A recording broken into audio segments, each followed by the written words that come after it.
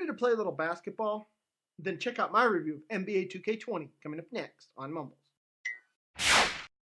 Welcome back, everyone, to another episode of Mumbles. On today's episode of Mumbles, we're reviewing NBA 2K20.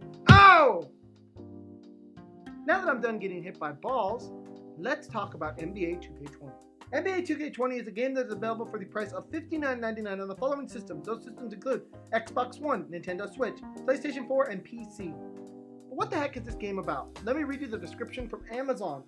2K continues to refine what's possible in sports gaming with NBA 2K20, featuring best-in-class graphics and gameplay, groundbreaking modes, and unparalleled player control and customization. NBA 2K has evolved into much more than a basketball simulation. 2K continues to redefine what is possible in sports gaming with NBA 2K20, featuring best-class graphics and gameplay, groundbreaking game modes, and unparalleled player control and customization. Plus, with its immersive open-world neighborhoods, NBA 2K20 is a platformer for gamers and ballers to come together and create what's next in basketball culture. So guys, in my own words, this is a basketball game that is based on real-life NBA basketball. You have all the players in there, you can make your own player, a whole bunch of things you can do in this game. But first off, let's talk about the graphics, the soundtrack, and the controls. First off, the graphics in this game, as with every 2K game, these graphics are cutting edge. They're probably some of the best graphics in the industry as far as a game goes, and they deserve to be recognized as such. Very good graphics. Soundtrack-wise, this game has a really good soundtrack. Actually, I think it's one of the best soundtracks NBA 2K has had. There's a lot of songs that I recognize right off the bat, and some songs that I'd be listening to and I'd be like, wow, that song's in the game, and indeed it was. Now let's talk about the control. The controls of this game has a similar control scheme to NBA 2K19 and NBA 2K18. Basically all the same controls. You have your shot button, your shot stick, you have your move buttons, you have all different kinds of buttons, and they're all the same as they have been in years past. Now let's talk about the gameplay. This is a basketball game, guys, where the main goal is, you guessed it, to play basketball. As with every year, there are multiple ways you can go about doing this. You can simply play a one-off game in Play Now. You can build your own team via collecting cards with the My Team Builder.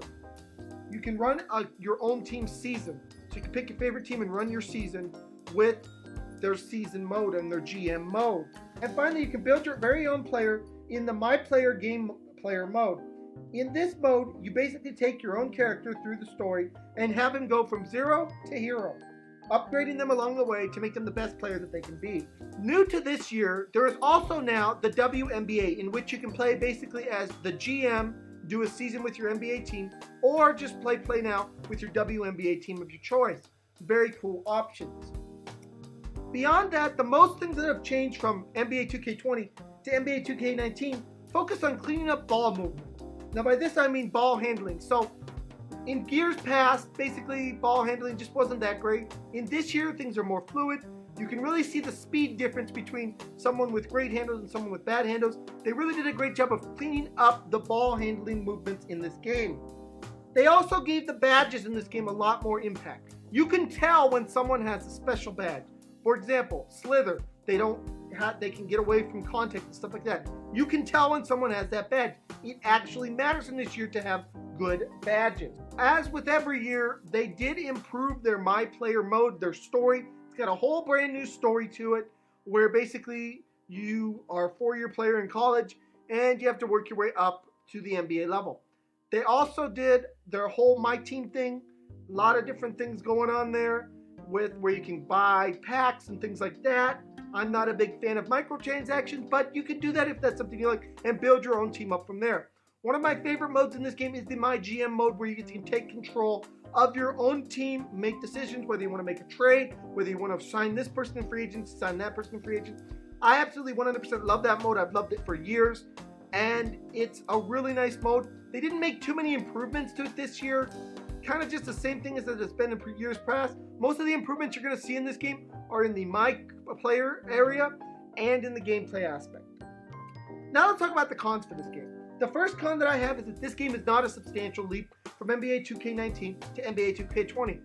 You know, it's hard with a game like this because yes, each year they offer new lineups, they offer a new spice or flair, or they do something that's a little bit better than the previous year. Well guys, here's the deal. Just because it's new and it's, a little bit improved doesn't mean it's a giant leap from NBA 2K19. if you put new lineups and new commentary in NBA 2K19, it could probably stand side by side with this game, no problem. My second con is that this game has launched with some glitches. 2K has tried their best to alleviate them and get them fixed very quickly. I can only say good things about that, but it's still a con nonetheless. Guys, my third and final con is microtransactions. I'm not a fan of microtransactions. Some people may think they're okay.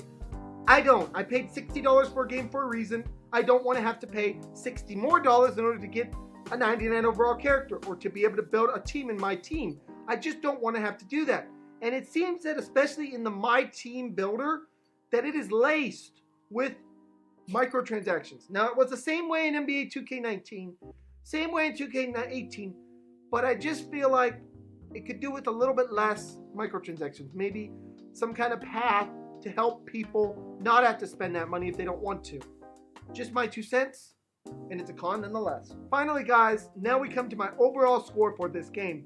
NBA 2K20 is a solid game, guys. I love NBA, I love basketball. I've always been a big time fan, and I've always played NBA 2K for years and years and years and years. I don't play it every year, but I try to get it every couple of years because, you know, then I feel like there's a substantial jump. In NBA 2K20 from NBA 2K19, there is not a substantial jump. And how can I grade other games that don't have substantial jumps and say, oh, NBA 2K20 is this much better? Guys, if I were to grade this game purely on NBA 2K, okay, if I'm grading this just, okay, this is my first NBA 2K game, yeah, it's a great game, no doubt. I could probably give it a 9 out of 10 because it's a great game. But guys, here's the deal. If you're looking at it from the perspective of, okay, we had NBA 2K18, NBA 2K19, NBA 2K20. Has there been a substantial jump from 2K19 to 2K20 or from 2K18 to 2K20? No. No, there hasn't. No.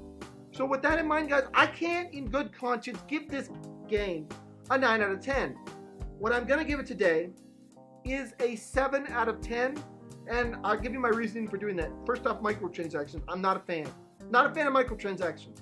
Really not. My second thing is no substantial leap, guys. There needs to be a leap, and I just feel like there wasn't this year. Still a great game. If it's your first NBA game or if you haven't bought NBA 2K for a couple years, you're going to love this game. So anyways, guys, this has been my review of NBA 2K20. I hope you guys all enjoyed this review and that it made sense. Please smack that subscribe button, smack that like button, and smack all those buttons. And I'll see you guys all in the next video. Bye, everyone. Take care.